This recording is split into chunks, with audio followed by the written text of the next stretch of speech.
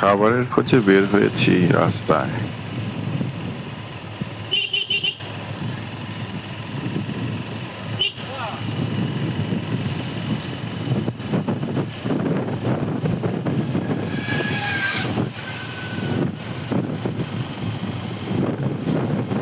হঠাৎ চোখ পড়ে গেল একটি ড্রাগন ফল বাগানের দিকে।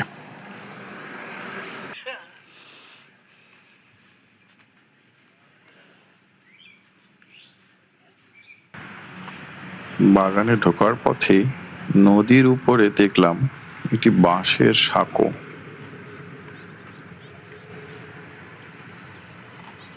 চমৎকার এই দৃশ্য। বর্ষাকালে নদীর উপর দিয়ে পানি বয়ে যাচ্ছে, পানি একটু পরিমাণে বেশিই ছিল, তার উপর দিয়ে এই ঝুলন্ত সাঁকো। ভয় লাগছিল হাঁটতে, যথেষ্ট দুর্বলই মনে হলো বাঁশের সাঁকোটি, কিন্তু তারপরেও সাহস করে হেঁটে হেঁটে চলেই গেলাম। সাঁকোর উপর দিয়ে যাচ্ছি, ডানে বামে তাকাচ্ছি, নদীর সৌন্দর্য অবলোকন করছি। এ যেন এক অপার্থিব সৌন্দর্য।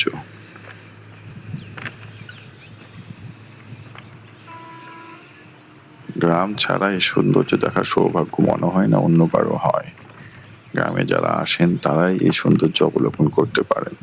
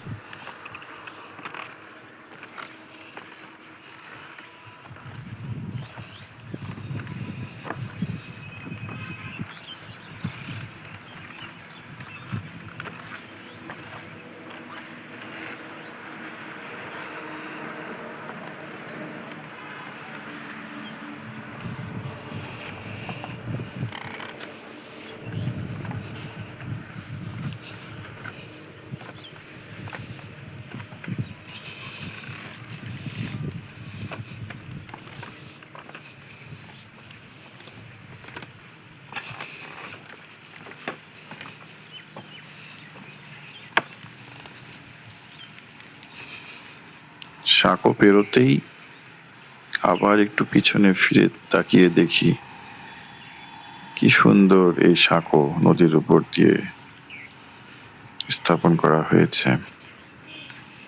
ধীরে ধীরে বাগানের ভিতরে ঢোকা শুরু করলাম।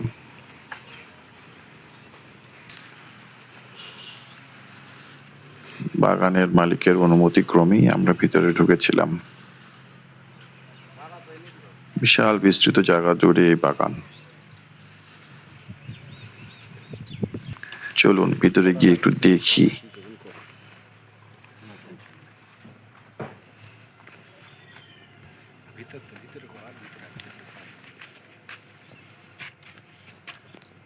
কিছু ফল বড় হয়েছে, থোকা থোকা হয়ে সেগুলো দেখা যাচ্ছে গাছে ঝুলে রয়েছে।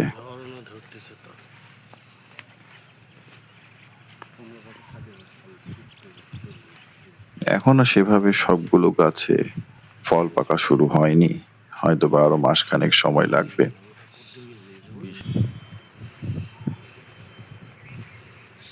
আরো ভিতরে যাই, চলুন দেখি আরো ভালো ভালো পাকা পাকা রসালো ড্রাগন ফল ধরে আছে কিনা।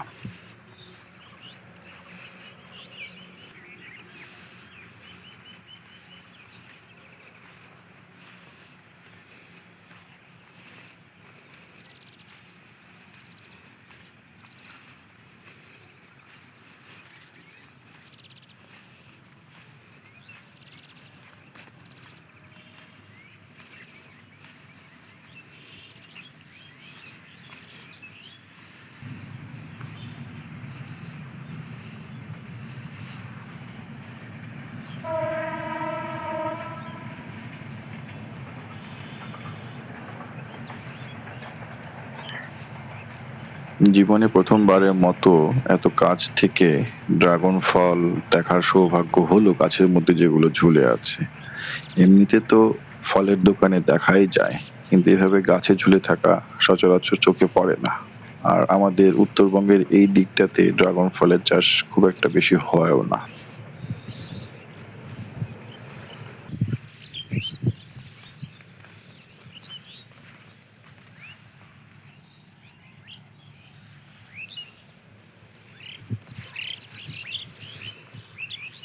কি চমৎকার লাগছে দেখতে ফলগুলো, থোকায় থোকায় সেজে আছে।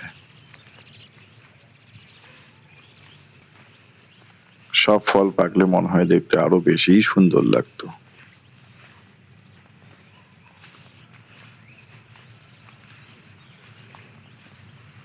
ফল দেখতে দেখতে আর লোভ সামলাতে পারলাম না। মালিকের অনুমতিক্রমে গাছ থেকেই ফল খাওয়ার সিদ্ধান্ত নিলাম। যেমন সিদ্ধান্ত তেমনই কাজ। গাছে ধরে থাকা একটি ড্রাগন ফল কেটে সেটি খাওয়ার সিদ্ধান্ত নেওয়া হলো। দেখি কেমন লাগে খেতে। আহা, চমৎকার স্বাদ, অতি সুস্বাদু, যথেষ্ট পরিমাণে মিষ্টি। ড্রাগন ফল সচরাচর এতটা মিষ্টি আমি খাইনি। কি যে তৃপ্তি পেলাম।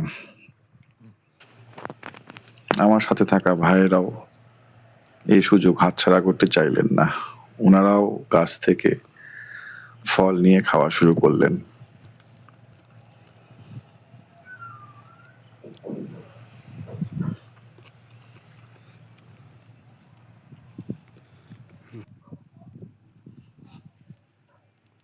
এই ধরনের অভিজ্ঞতা সচরাচর খুব কম মানুষেরই হয়। আমরা সেই সৌভাগ্যবান মানুষদের মধ্যেই পড়ি। যথেষ্ট ভালো লাগলো।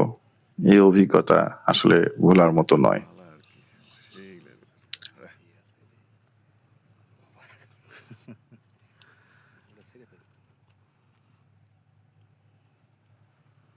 এবার বাগানের মালিকের সাথে একটু কথা বলা যাক। আজকে ঘুরতে ঘুরতে চলে এলাম জয়পুরহাট জেলা থেকে উত্তরে 15-16 কিলোমিটার দূরে ড্রাগন ফলের বাগানে। আমার সাথে আছেন এই বাগানের যিনি অনার, ভাইয়ের সাথে একটু কথা বলবো। ভাই, আসসালামু আলাইকুম। ওয়ালাইকুম আসসালাম। আপনার এই বাগানের বয়স কয় বছর হচ্ছে? 2 বছর সামথিং। 2 বছর সামথিং। এই জায়গাটার এক্সাক্ট লোকেশনটা একটু বলবেন? এটা পাঁচবিবি থানা জয়পুরহাট ডিস্ট্রিক্ট। এই এলাকার নামটা ধরে আমরা বাগজানা কেউ বলে, কেউ কুকতারা বলে। তো এখানে তালতলি ড্রাগন বাগান বললে এখন সকলেই চেনে।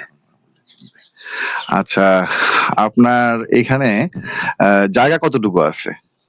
45 বিঘা লাগানো আছে। 45 বিঘার উপরে আপনি মানে এখানে চাষ করতেছেন? জি। আচ্ছা। বাগান নিয়ে আপনার ভবিষ্যৎ পরিকল্পনা কি? এটাতে হয় কি, আমরা সকলে মিলে এখানে অনেক লোকের কর্মসংস্থান, তারপর দেখি যে আমরা ন্যাচারাল কিছু খাবার তৈরি করতে পারতেছি। ড্রাগন তো এখন অনেকেই অনেক ধরনের কেমিক্যাল ইউজ করে। যার কারণে ড্রাগন কিন্তু পুষ্টিগুণ সম্পন্ন একটা জিনিস।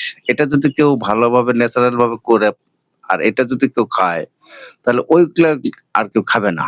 যার কারণে চিন্তা করলাম আমরা সততা এবং নিষ্ঠার সাথে এটা করব, যে ন্যাচারালি করব আমরা। আমরা ক্ষতিকারক কোনো কেমিক্যাল দিব না। তো কেমন কেমন রেসপন্স পাচ্ছেন? আলহামদুলিল্লাহ, সুন্দর। যাক, ধন্যবাদ ভাইকে, অসংখ্য ধন্যবাদ, উনি আমাদেরকে সময় দিচ্ছেন। তো যারা এই ভিডিও দেখছেন, যদি মনে হয় কখনো এই রাস্তার পাশ দিয়ে যাচ্ছেন, এই হিবি থেকে পাঁচবিবির যে রাস্তা আছে, কোনো এক সময় এসে আপনারা ঘুরে যাবেন, দেখবেন, ফলের স্বাদ নিয়ে যাবেন। ধন্যবাদ। বাগানের এক ধারে ছিল কাঠের তৈরি মাচা।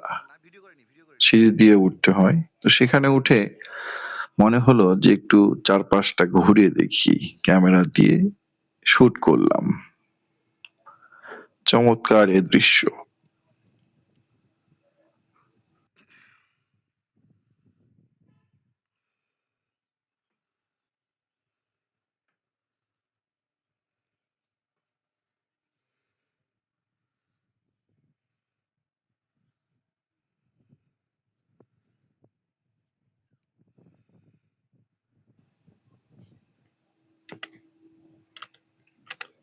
বাগান পরিদর্শন শেষে বাগান মালিকের আমন্ত্রণে আমরা অফিস ঘরে গেলাম।